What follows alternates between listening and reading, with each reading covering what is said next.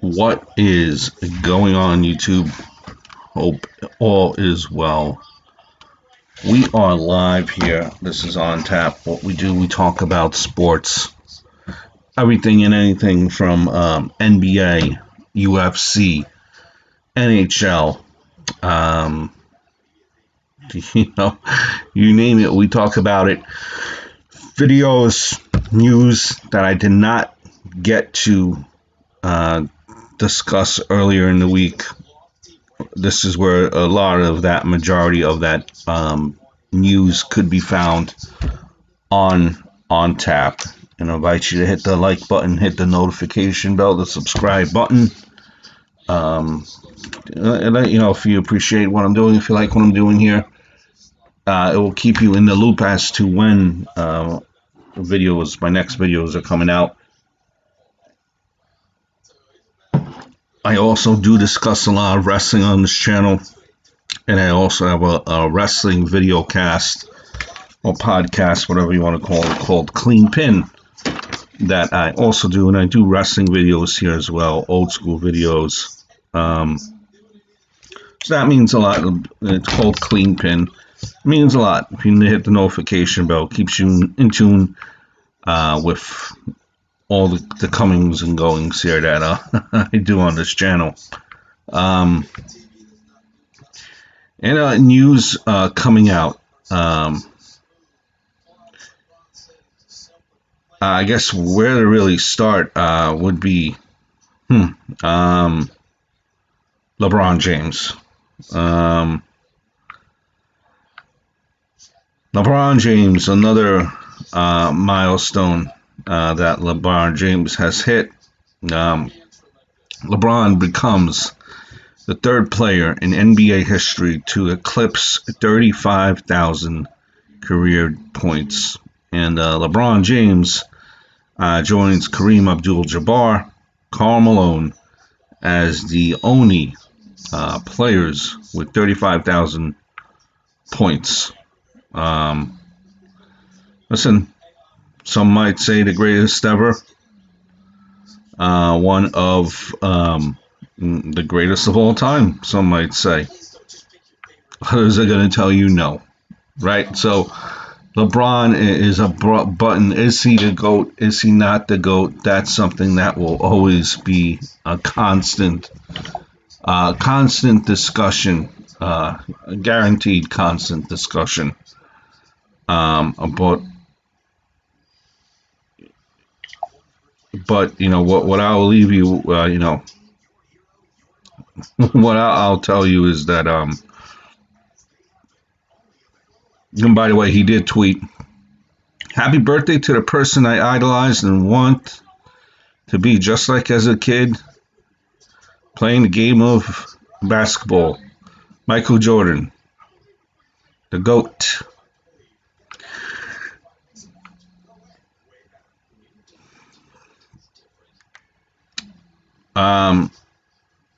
What can you say?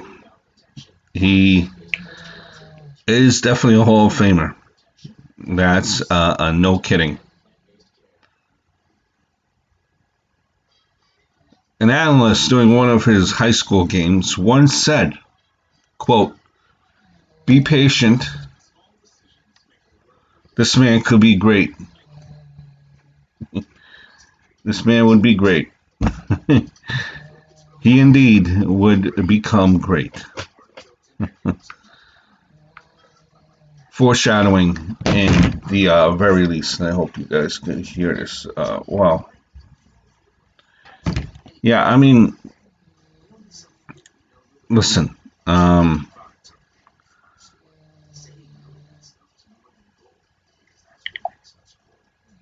The only individuals who have the highest probabilities to reach that are those who already started early and lasted long. Understandable for LeBron.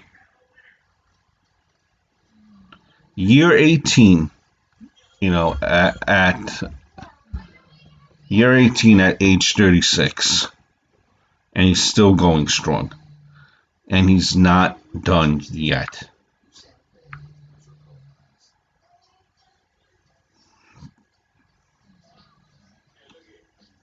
he, now would Michael Jackson, Michael Jordan, could he have reached that if he didn't retire 2 times in basketball? Maybe, maybe. But really, what can you say?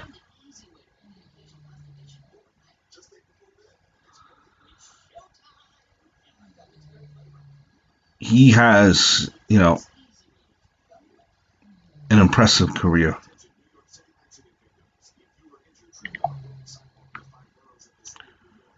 When you look at turnovers, though, LeBron James 4.532, Karl Malone 4.524, John Stockton 4.244, Kobe Bryant number 4 40.10, Jason Kidd number 5 40.03.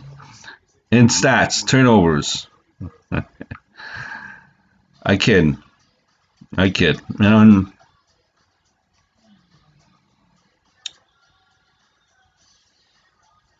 And I kid, but you gotta give him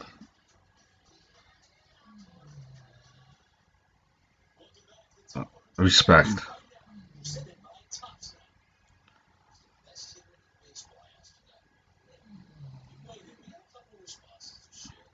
35,000 points, 9,000 assists, won Finals MVPs with 3 different franchises, almost an entire decade, going to the NBA Finals. Better than Jordan in triple doubles. Almost entire career going to an All-Star game, and so on and so forth.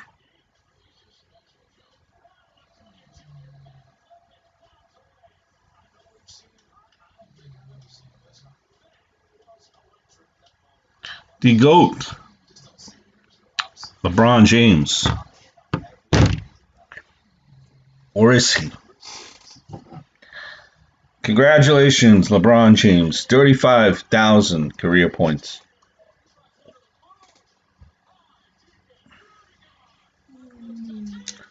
Speaking of which,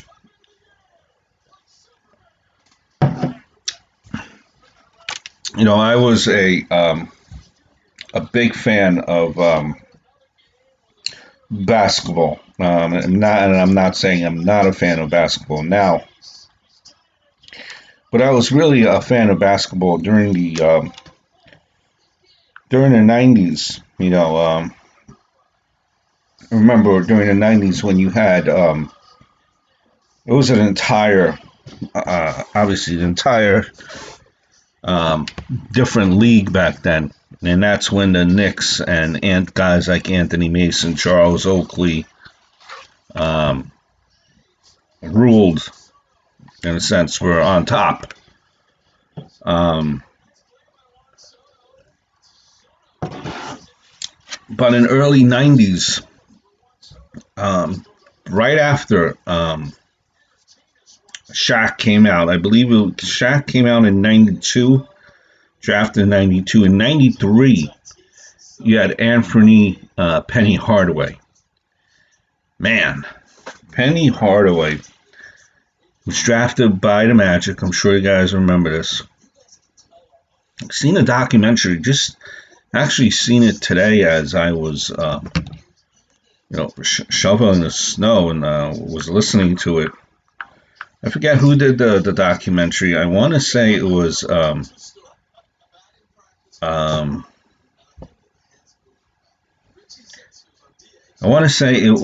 Player Tribune that came out with this documentary, and they were talking about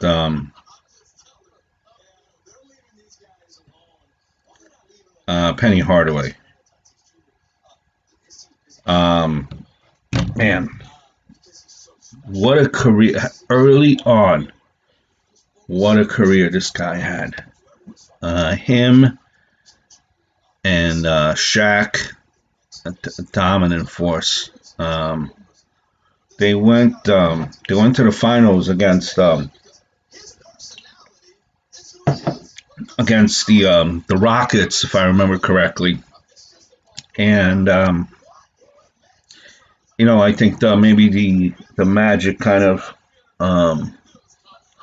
underestimated. We didn't take him as seriously in the Rockets and Olajuwon. And they kind of focused on that game. And that first game, Penny mentioned that he think the series turned there. And he wasn't blaming it on, if I remember correctly, on Nick Anderson per se. But when Nick Anderson was not able to make any one of those shots there, it kind of not kind of it turned the whole series around. He missed maybe I think he missed those shots, the Nick Anderson, and it turned the whole series around. They lose that game, and just turned everything around. But Penny Hardaway was still kind of at the height of his game there, getting shoe deals and Little Penny. You remember Little Penny? The sneakers. Penny Hardaway was on top, and Shaq was getting deals as well, endorsements, and everything was hunky dory. And then it came time to make payments, give new money to your two megastars, and the Magic had to come to a decision, and the decision that they made was they would keep Penny, and Shaq would go on his way to L.A. And kind of, I think, when that happened, that was where, and I think Penny needed Shaq in a sense of, carrying a team. Carrying a team like Penny Hardaway had to do when he had no other go-to player, kind of did wear and tear on his body considerably. He was looked upon to be the guy, and he had no problem in being the guy, did Penny Hardaway. Unfortunately, his body had something else to say, and he got injured. I believe he hurt his MCL, I believe it was, and that was pretty much the beginning of the end. He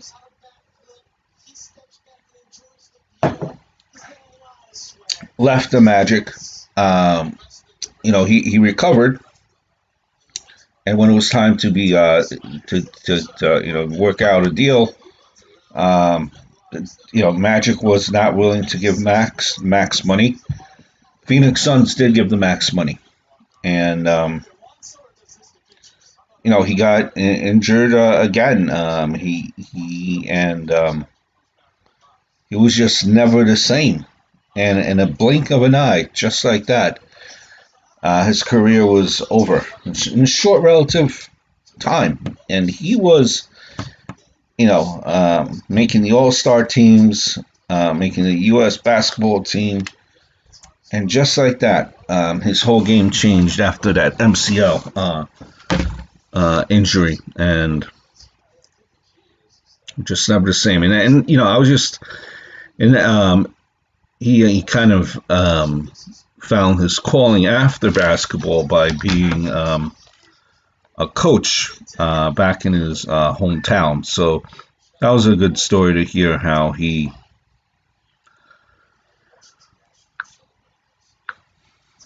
giving back to the community and helping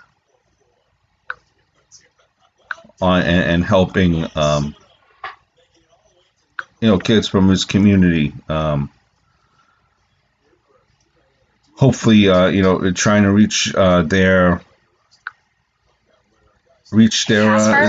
goals and making the NBA, and he's enjoying that. He's enjoying that. Was kind of dragged into it through one of his friends who wound up passing away. But he has found a new love in coaching. And, I just thought that was really neat. But it just brought back memories of a career that just it just goes to show you, right? You could be on top of the world 1 minute, and then just one injury could absolutely turn everything around, and that's what happened to Penny Hardaway. Just don't want to bring that up. Just a name I completely forgot in Penny Hardaway, but player there who had probably a run of like, I don't know, 5 or 6 years, 7 years where he was playing on top, and then just would be a Hall of Famer. Normal circumstances, but then injuries just unfortunately kind of took that away and robbed him of that. But it's good to see that Penny Hardaway has kind of found his calling and his passion in coaching the youth. So that's good.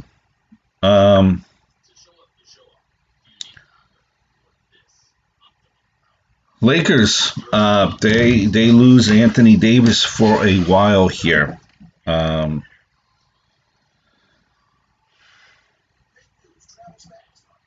could be a problem for the Lakers. If you don't have a healthy Anthony Davis, that's a problem.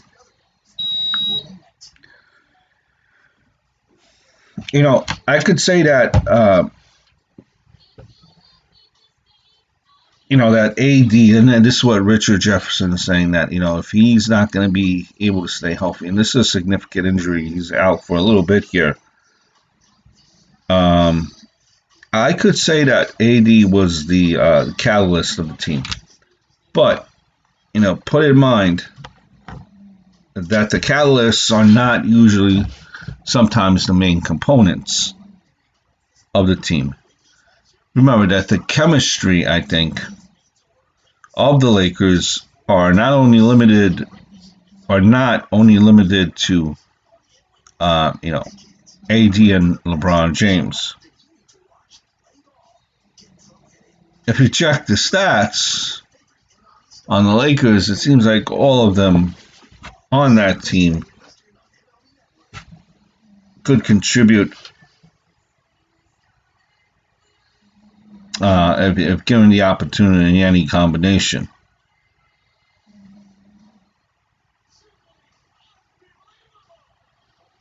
AD was great in playoffs, but isn't, to me, coming into this season,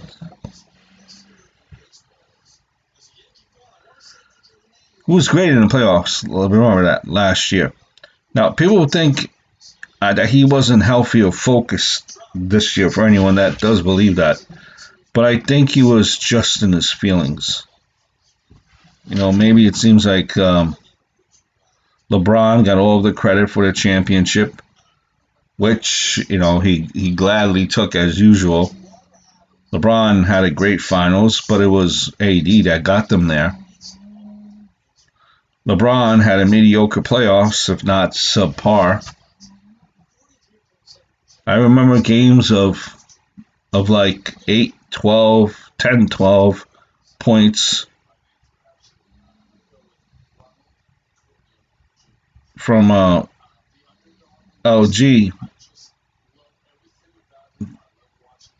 throughout the playoffs, LeBron James. Well, AD was just balling. Just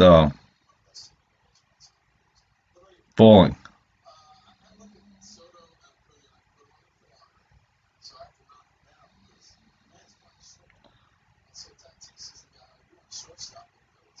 Maybe even carrying them to the finals, you could say.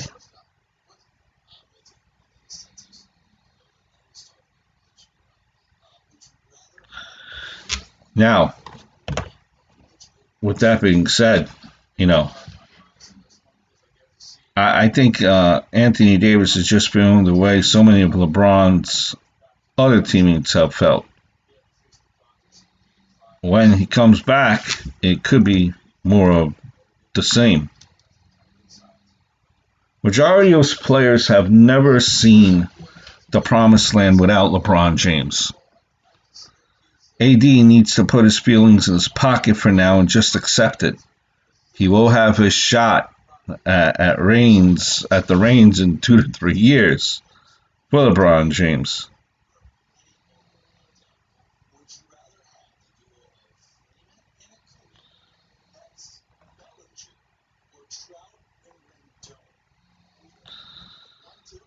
And that's a big shock. Big shock. And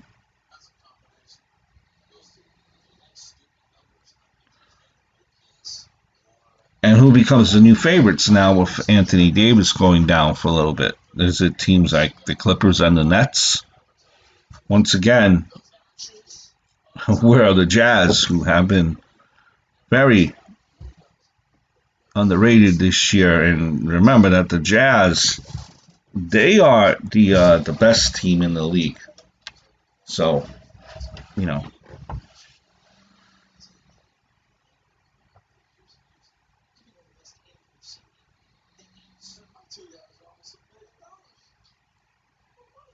now you might argue, listen, give kid the Nets. Just speaking on this Davis injury here, maybe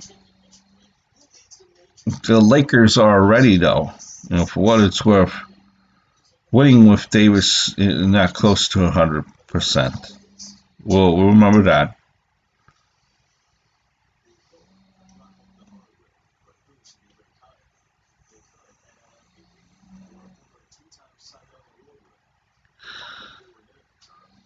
Amazing, Anthony Davis, and see if he rests. You hope that he can rest up for the Lakers there, and we'll see, because really all that matters with load management and players resting up. That's what really at the end of the day matters anyway, is the playoffs, right? Am I right, or am I right?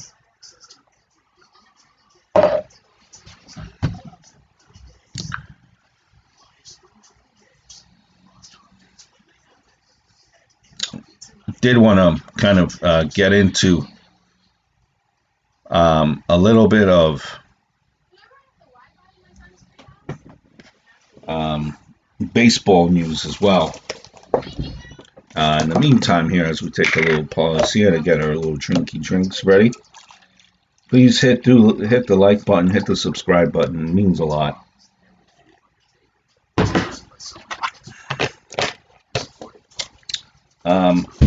Do want to talk about Tim Tebow. Tim Tebow recently, and when I say recently, yesterday, announces his retirement from baseball. Now, Tim Tebow, if you guys didn't know, was actually was going to be a non-roster invitee for the New York Mets this year, this coming spring, and he makes his he makes his news of his retirement on the verge of pitchers and catchers.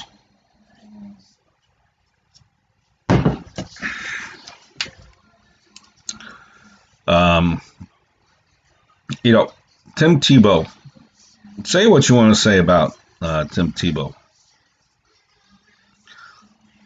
This guy,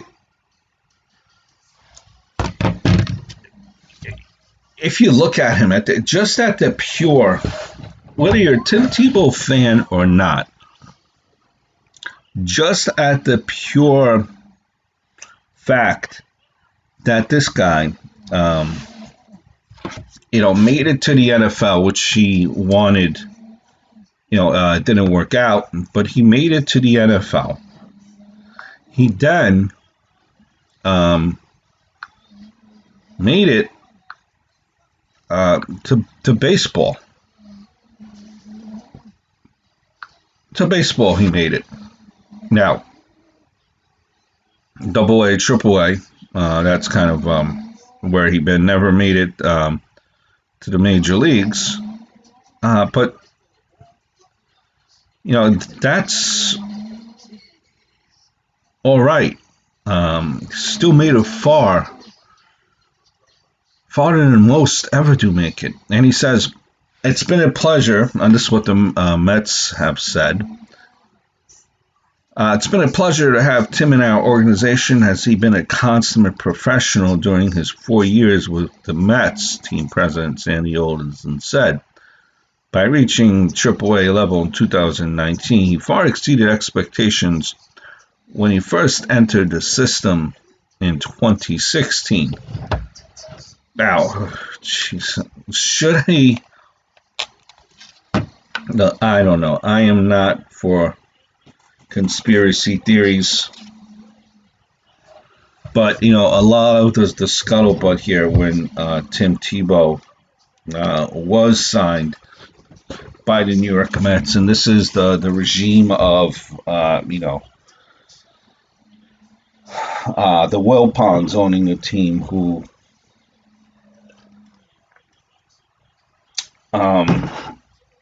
have been documented, or it has been said of the Wilpons, have had money issues, had financial problems, and it was always the speculation here with that Tim Tebow that he was kind of brought in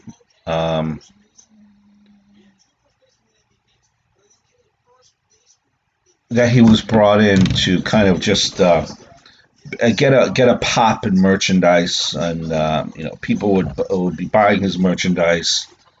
Tebow mania, his jersey. And that's really all that this was, and that the Mets really knew that Tebow was never that good to begin with. That this was all that it was.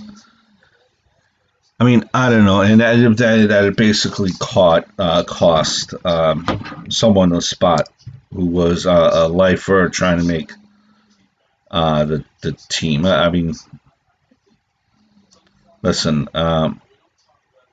he signed with the Mets in fall of 2016. He did reach the AAA level. Was it? The hard way of getting there was it the Mets just saying, "Hey, push this guy along. It's Tim Tebow into AAA." I don't know. He reached the AAA level with the organization in 2019.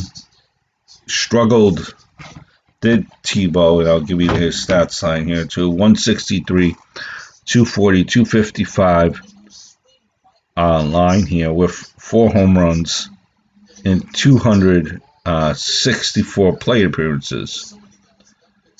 Ultimately, he put up 223, 299, 338 line with 18 home runs and 1048 trips to the plate in the minor leagues. There you go. And that's the career of Tim Tebow. Now, maybe it's worth pointing out that he was sent. This is what I think. Okay, it should be noted that he was sent to AAA Syracuse, despite not having really even mastered Double-A ball. Immediately after the team being bought Um, no, so let's backtrack there. Um, so he was ultimately sent to AAA Syracuse despite not having really mastered Double A. Immediately after the team bought the team and renamed them to the Mets, right? The resulting attendance spike, which happened, we stop,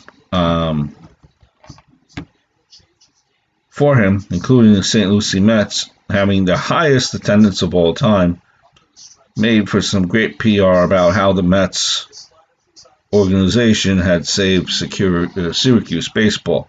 The Mets signing Tebow was always about them doing business, figuring that using up one such roster, would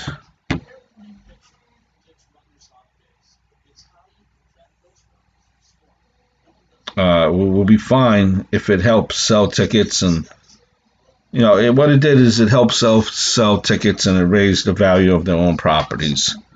So the Mets signing Tebow was always about them doing business, figuring that just using up one roster spot was fine if it helped sell tickets and raise the value of their own properties, like I just said, right? So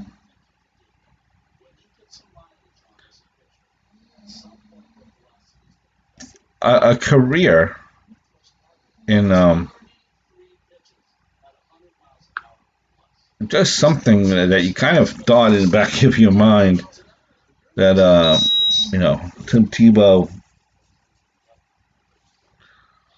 would be on the major league roster, but he was not. He gave it a chance. Heck, more better numbers than I could ever pick up. A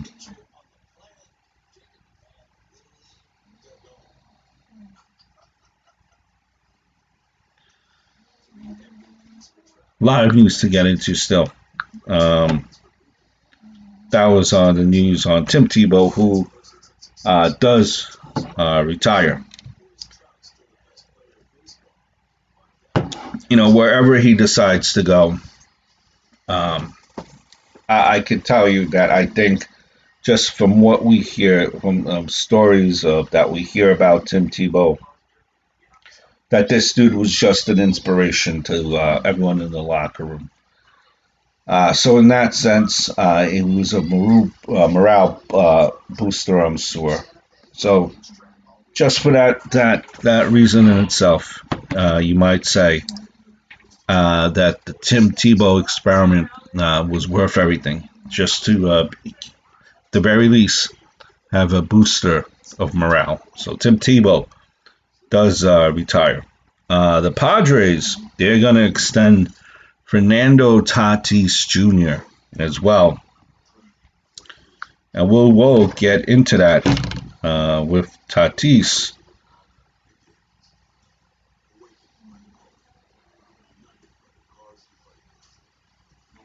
After this message, but let's give you a video here as we group here. A video that happened on this channel. That's why you always got to be subscribed to this channel for great content. And we're going to go with a football video here. Let's see what we have.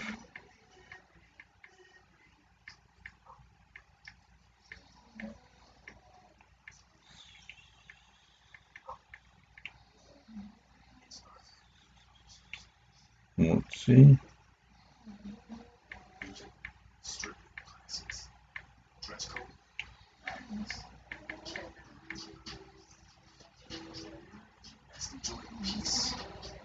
Let's see, trying to leave you guys off with Good video. Can't find any here. Hold on.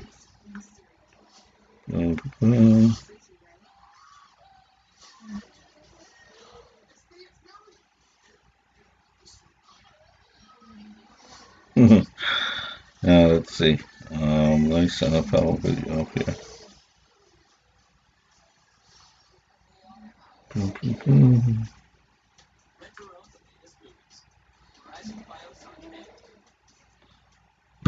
Let's see.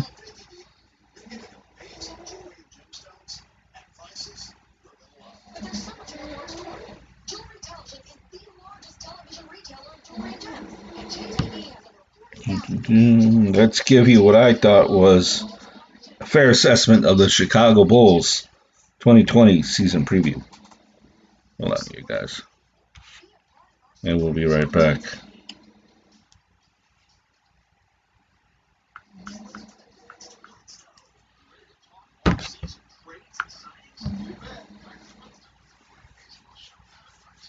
Be right back. Jalen Johnson, Travis Gibson, added edge, Robert Quinn. Chicago Bears 2020 season preview. Ted Ginn Jr., Demetrius Harris, Artie Burns,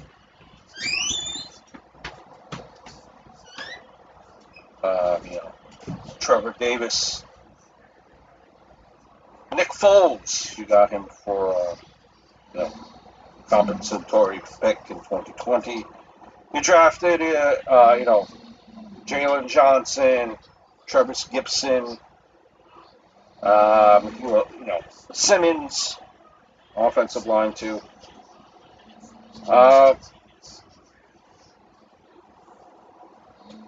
It's some players. You hope your draft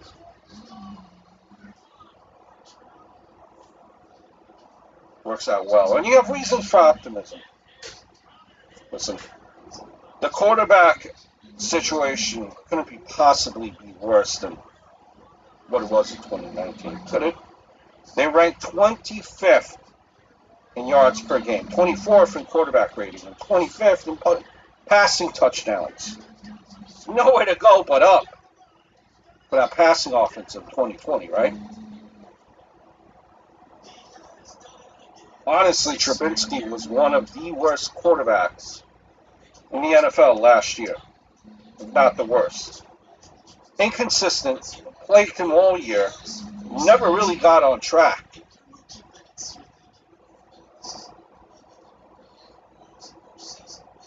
And this year, he's being pushed by a guy by the name of Foles for the starting spot.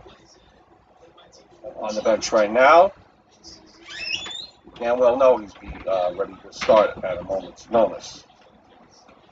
Foles wasn't great exactly in 2019, but he is, remember, a Super Bowl winning quarterback that has plenty of familiarity and success in this offense that Chicago has run. Regardless, that play has got to be better. Can't get worse.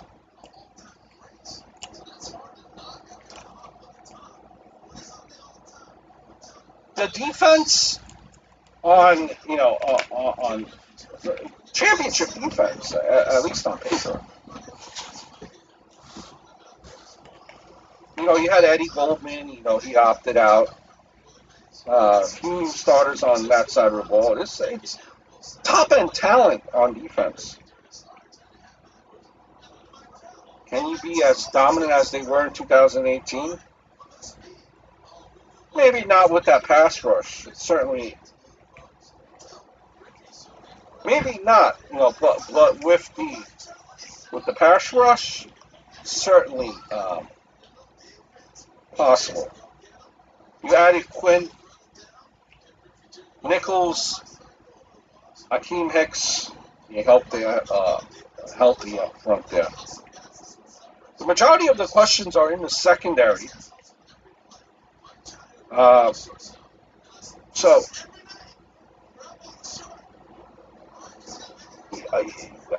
here's hope. And look, the rest of the NFC North did not drastically improve outside of the Lions. Green Bay didn't add a receiver or two. Seems like they're focused on saying goodbye to Aaron Rodgers. The Vikings had multiple cap issues. Lost all three starting cornerbacks. And you traded Stephon Diggs.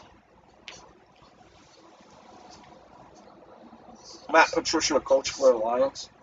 Do you take him as a viable threat? Listen, it really all comes down to the quarterback position and health for them. What they get out, Trubisky or Foles, will likely determine what type of success they'll find in the season.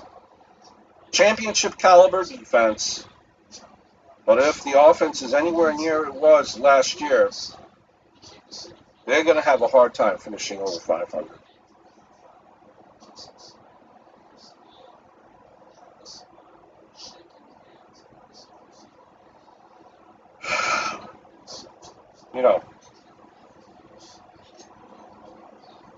Maybe 8-8, maybe 9-7, where at best I see this team. Let's go with 8-8. Maybe that's a little bit drastic, but Foles, quarterback, the offense is not that bad. Your quarterback just had a horrendous year. And now you have Foles there who, one might argue, especially, after first week's game, should have been the one staying instead of keeping on to Wentz. But, that's another video for another time. So I hope all is well. Look forward to speaking to you guys very, very soon.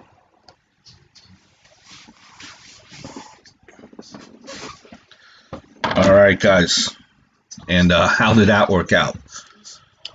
Looking back at the NFL, how did that work out for the Chicago Bears?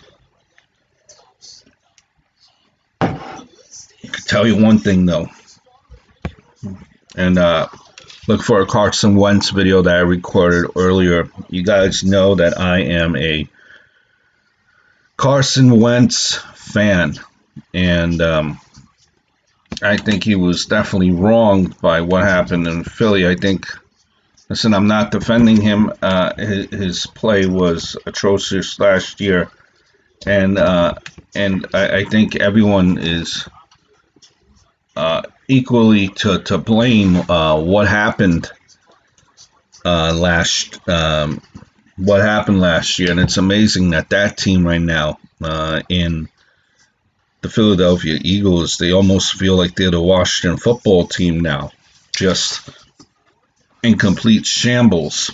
By the way, Washington football team, what they did in hiring Ron Rivera, I think it's definitely what saved this franchise. But, you have the Eagles who are just on the verge. Everyone was talking about this dynasty and franchise quarterback, and they were, speaking about it, and just signed who they, gave it, signed to big money. Carson Wentz, who they thought was the franchise quarterback, didn't work out, and there were talks of trading Wentz to Chicago Bears, and Chicago Bears have Nick Foles on there as well. So it would have been interesting to see that Foles-Wentz dynamic again, and I don't think it would be good mentally for any one of them again to have,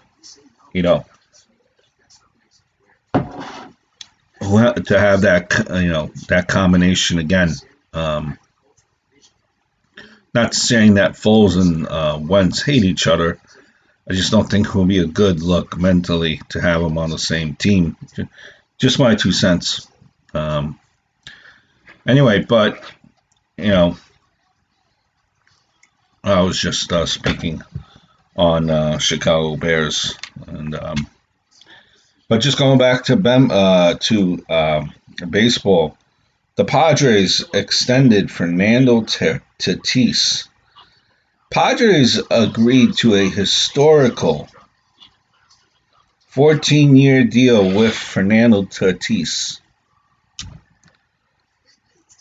It is worth a guaranteed of $340 million.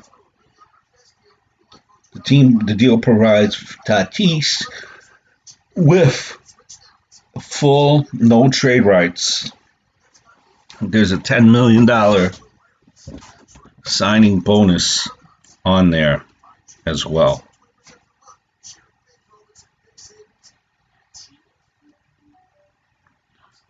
For a guy that just turned, I believe. He has just turned, literally just turned.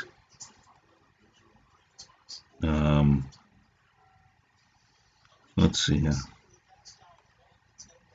Yeah, he has just turned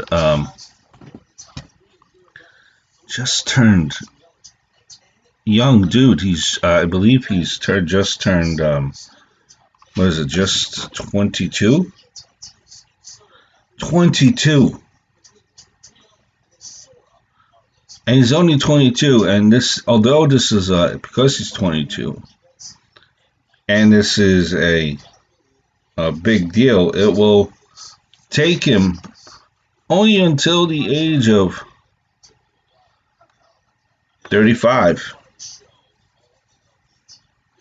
35. Large contract, you hope.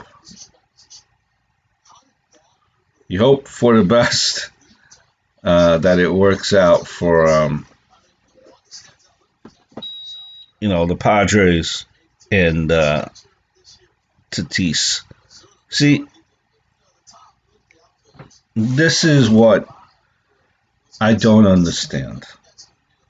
King of Steel.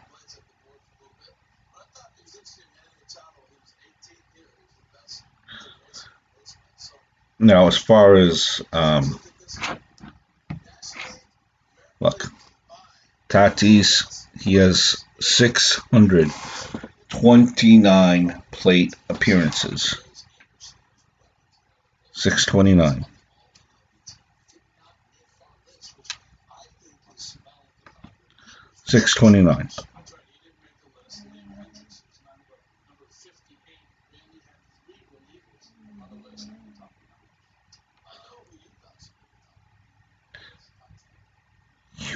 Whoa. Listen. For all you guys that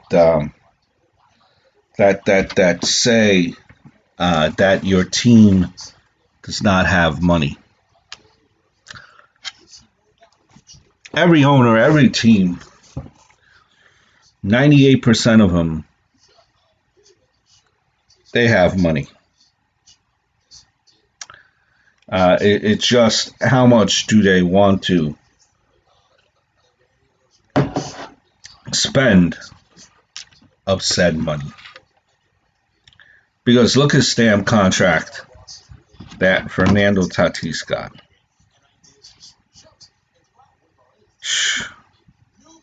Wow.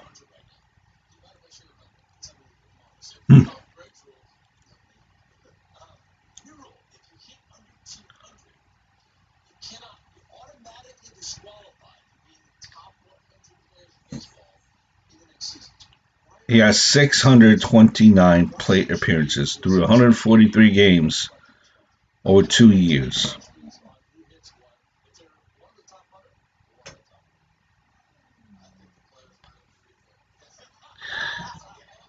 He has 143 games.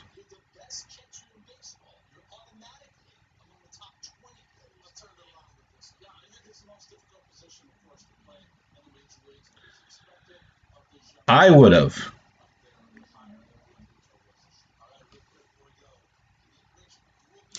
Listen, there is huge risk in this. And I'm sure the contract is insured no denying the potential reward.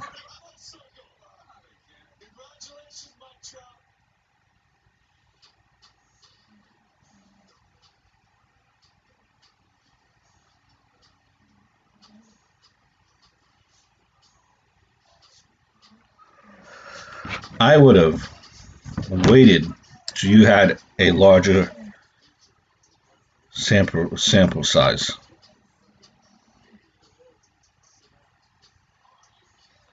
Listen, he put up crooked numbers through age 21. There are a lot of prime years still in front of him.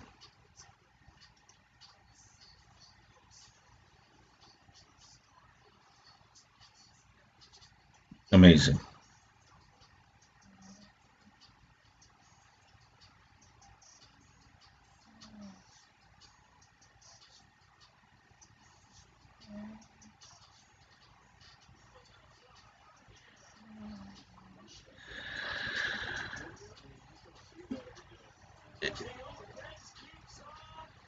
Why was the risk? Let's not forget that he had a stress fracture in his back at the age of 21.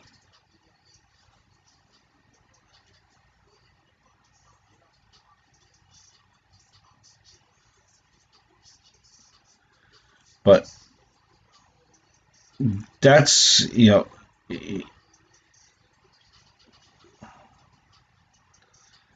now, is he a top player right now in Tatis? You could say, but it's such a small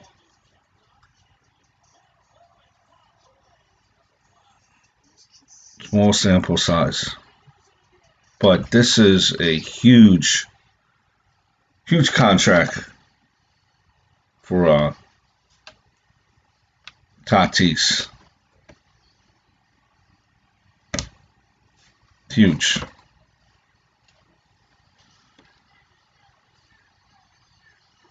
And listen, I don't think that, the Padres are such a small market team. They have one of the largest TV deals in the game.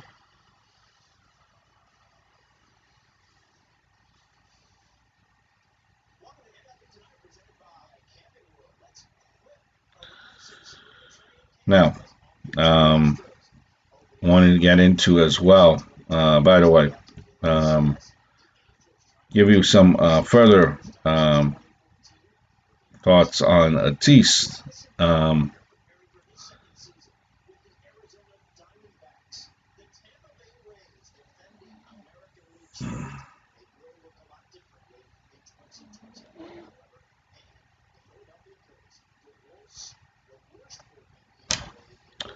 Let's see his actual stats through 629 plate appearances.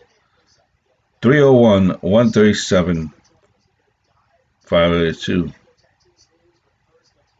That's good for a 150 WRC plus with 39 home runs and 27 bases.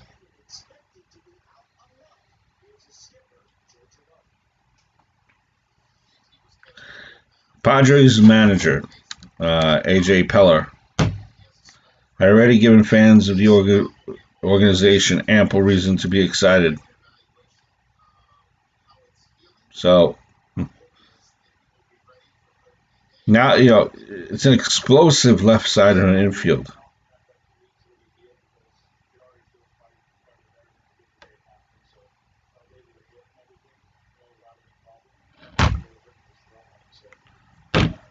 This could be the year for the Padres. Be on the lookout for them.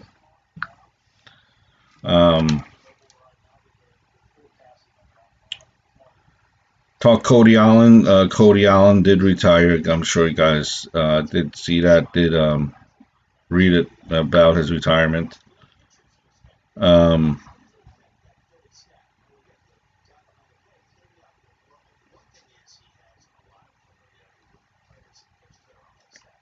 Move that flew under the radar, and that's the Phillies signing Brad Miller.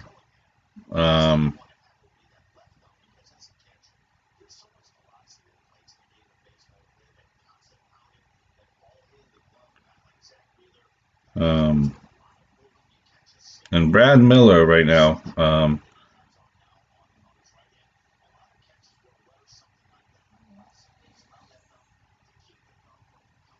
When you look at Miller,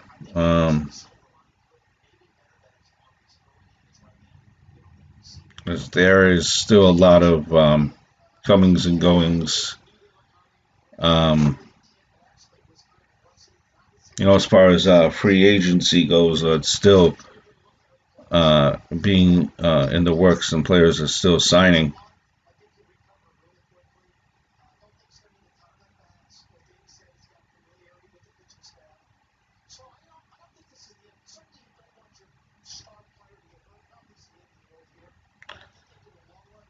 Miller reminds me in court, Brad Miller, who signs with the Phillies. Um,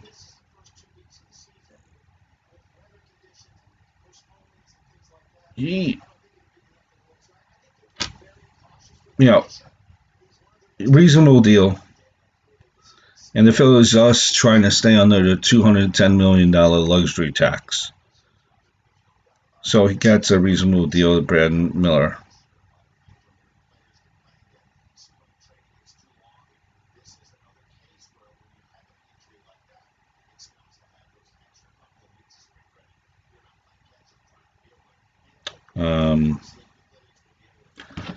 Now, just going back to that,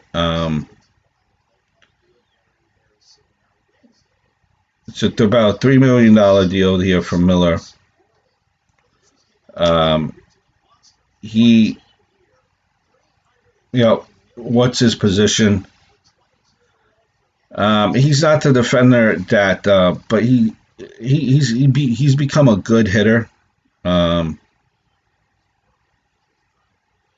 He's not Brad Miller is not the defender that a Kinergy type of Kinergy is. They're a different player.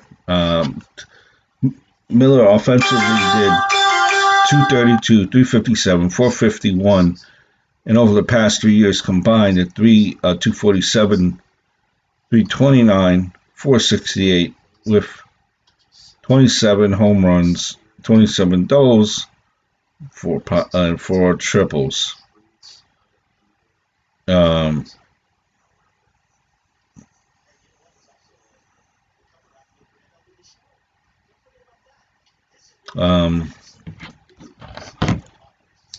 Yeah, but he's improved in Miller. 232, 357, 451. Past 3 seasons, 247, 329, 468, 27 home runs, 27 doubles, 4 triples. He's strikeout prone, 29.1% in that time, which limits his batting average. But Miller draws plenty of walks and makes frequent hard contact. So Miller does give you potential with some type of pop. I think you're going to see him play multiple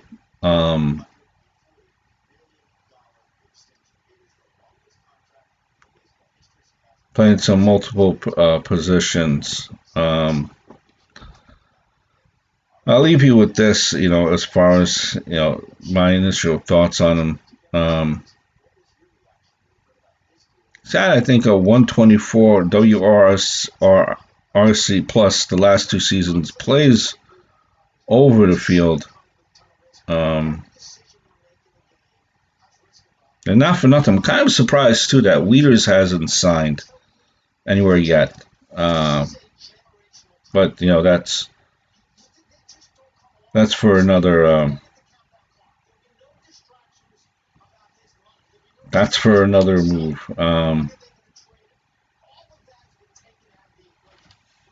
Let's see here.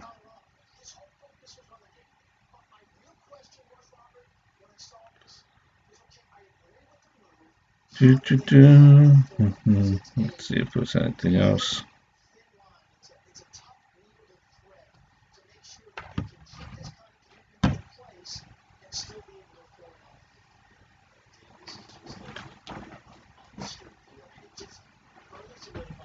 And I think Miller just makes you better with the options that you had than without him. Versatile defender, definite pop, fantastic dude in the clubhouse. Um, oh no. And by the way, too, you have DD making so many moves to improve the Phillies there. Um,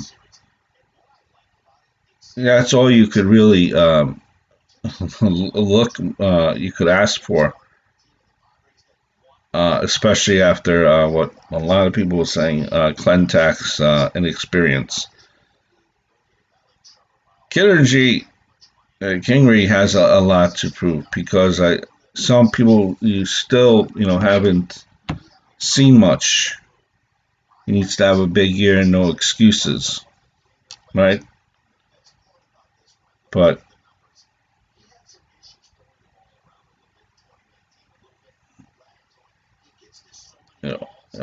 good. He's gonna. He kind of reminds me of a Dickerson in the short term stint in Philly. Did well with the Marlins too. Good comparison. Although Dickerson is a definite starter, while Miller subpar. Miller's almost like a super sub there. They both put up, I think, extremely solid offensive numbers. Almost every year that they're playing. Comparing Dickerson with Brad Miller. Yet always kind of seem to bounce around from team to team. Perhaps in Miller's case, it's due to his lack of quality defense. But I still like him as an offensive type of first utility player, which you really don't get that from utility players all that well. So I think Miller will do good for. Will do good for the Phillies.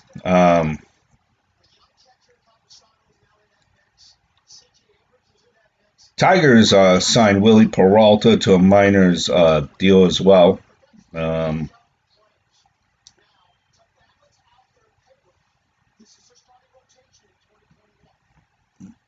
Willie Peralta, you guys remember that name? Minor league contract with an invite to the big league camp. That's who the Tigers have signed. Comes with a 1.5 million base salary and up to 300K in incentives. They released him in July of 2019. He's not been part of any major league organization since then, although he will get a chance to compete for a spot in the Tigers bullpen. He's going to turn 32 in May. Has spent the majority of his career as a starter between Milwaukee and Kansas City, but all of his outings as a Royal came as a reliever.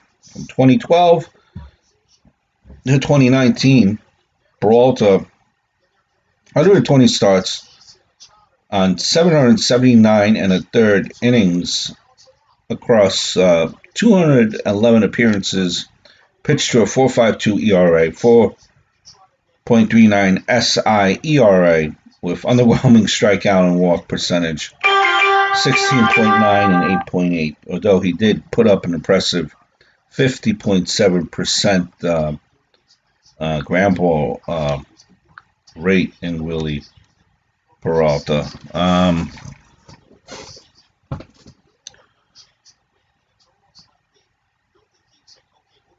So,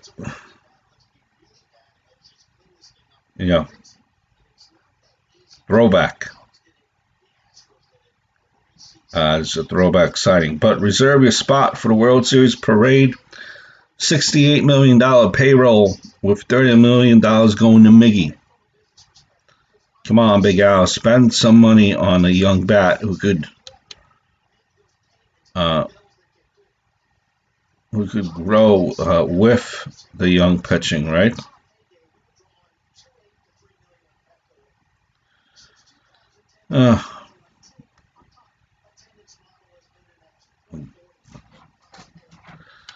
name from the past.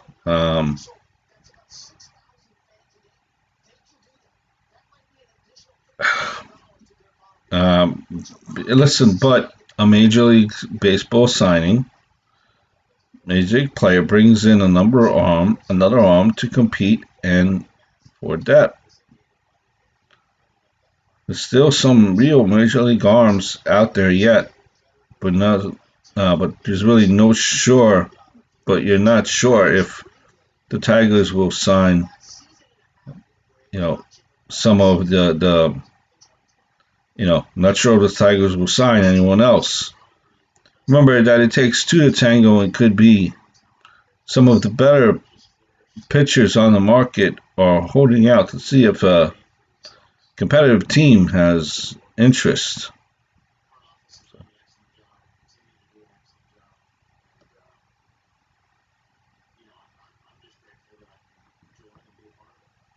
So congratulations to the Detroit Tigers. Also, other news as well. Dodgers re-signed Justin Turner. You guys know Justin Turner. Beard, belly.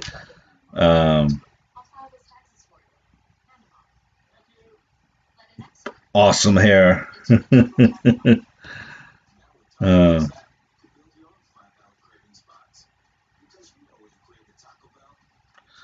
I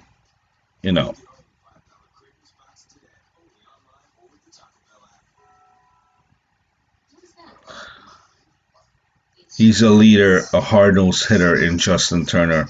This is a signing that you guys had to make, and it's good. Turner has another 2 years left. It's a good move having Justin Turner back.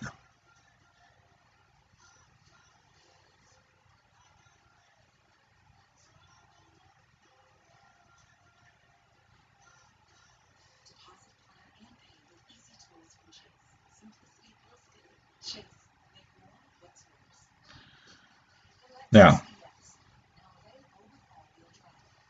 I think we're done for this episode here.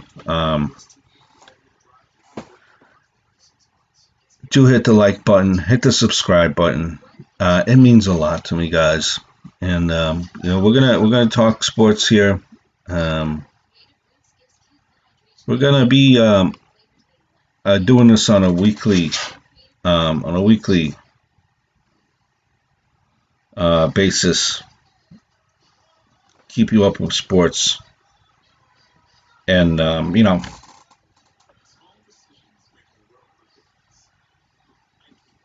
look forward to doing this again next week. It's fun. I hope all is well. I look forward to speaking to you guys.